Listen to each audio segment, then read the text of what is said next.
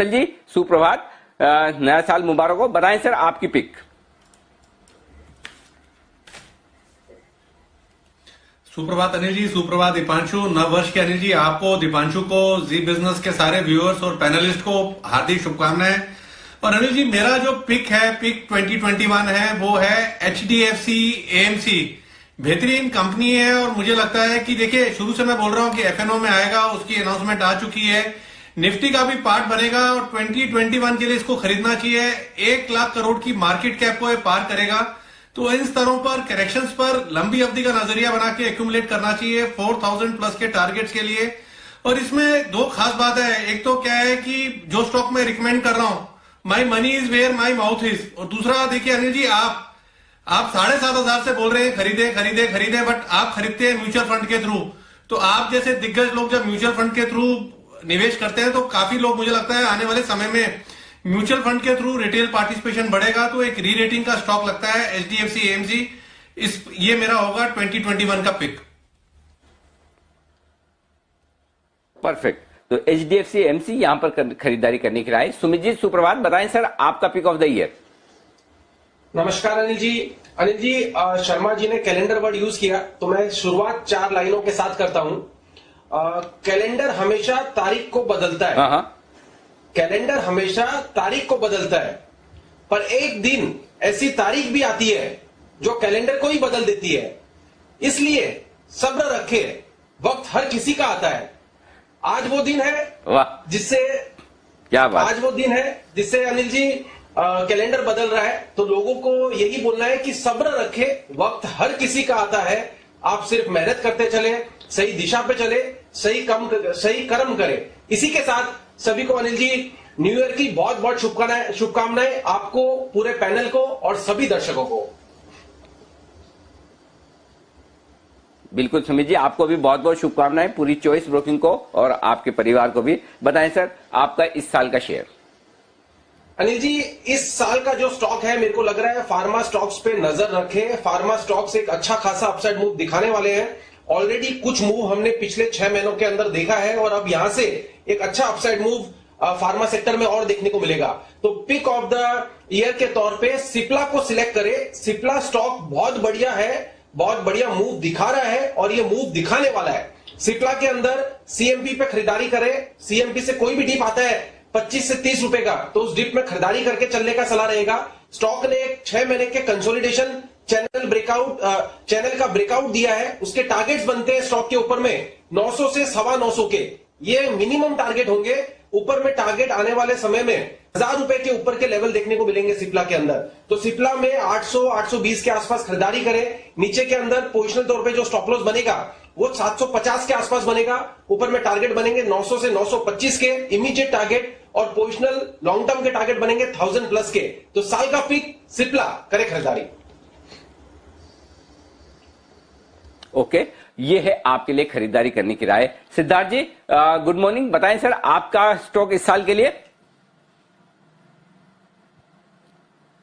Good morning Anil ji, good morning सभी को, सारे दर्शकों को, सारे पैनलिस्ट को हैप्पी न्यू ईयर साल की बहुत बहुत शुभकामनाएं। 2021 अपने आप में बहुत एक स्पेशल है, इसीलिए क्योंकि ये 2021 एक साल नहीं बदला है, ये दशक बदला है।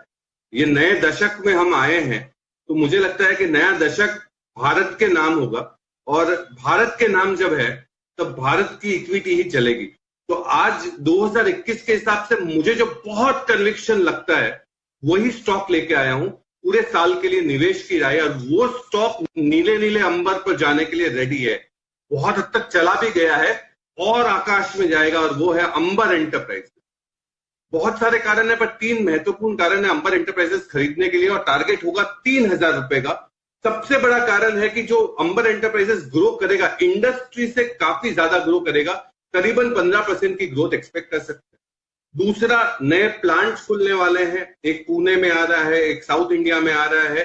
तो नए प्लांट्स भी आ रहे हैं जिससे कैपेसिटी 40% से बढ़ जाएगी आने वाले 1-2 सालों में, और जो उनकी आय है 36% से ग्रो करेगी, और मुनाफा 85% से ग्रो करेगा आने वाले 2 सालों में।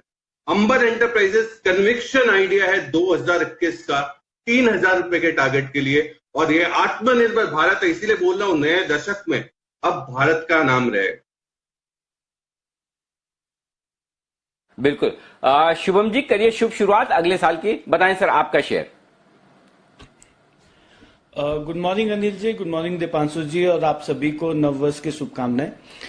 तो आज का जो मेरा जो पिक है ये आने वाले साल के लिए वो है पेज इंडस्ट्री। और पेज इंडस्ट्री में 2020 में जितना हमने टारगेट दिया था वो तो सब अचीव हो गया, लेकिन अब नए टारगेट के लिए मुझे लगता है कि अभी भी स्टॉक में अगर हम निवेश के तौर पे अगर देखें तो मुझे लगता है कि इसमें काफी अच्छा अपसाइड आता हुआ दिखना चाहिए। तो स्टॉक में 2 साल से कंसोलिडेशन हमें देखने को मिल रहा था और अब जाकर के 2 साल के हाईस को ये पार कर पाया है। तो मुझे लगता है जो प्रीवियस ऑल टाइम हाई है स्टॉक में वो जल्दी आने वाले समय में हमें फिर से रिटेस्ट होता हुआ दिखेगा। तो पेज इंडस्ट्री को पोर्टफोलियो में खरीदने की राय है। 2021 का मेरा ये आज का पिक होगा। और यहाँ पे जो पेज इंडस्ट्री में टारगेट है वो मुझे लगता है कि 36,000 रुपए तक के टारगेट इसमें आते हुए दिखेंगे। और अगर स्टॉप लॉस मेंटेन करना है तो 24,000 के आसपास एक इंपॉर्टेंट सपोर्ट है, तो उसके नीचे अब जाता हुआ नहीं दिखता है ये स्टॉक। तो 36,000 तक के टारगेट के लिए पेज इंडस्ट्री पे खरीदारी की राय।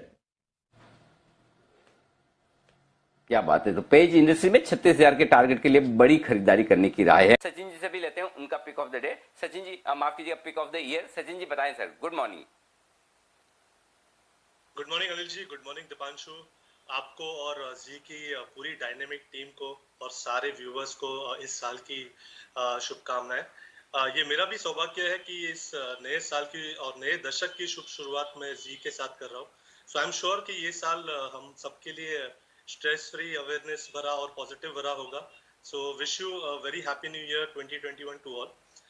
जहां तक पिक का सवाल है, मुझे लग रहा है यहाँ पर गैस स्टॉक्स थोड़े लाइमलाइट में होने चाहिए इस पर्टिकुलर साल में। एंड जिस तरीके से सारे गैस स्टॉक्स का स्ट्रक्चर है, मुझे लग रहा है एमजीएल यहाँ पर काफी इंटरेस्टिंग जंक्चर पे है। तो मुझे लग रहा है यहाँ पर 4 साल के कंसोलिडेशन के बाद मुझे लग रहा है यहाँ पर एक ब्रेकआउट की उम्मीद की जा सकती है।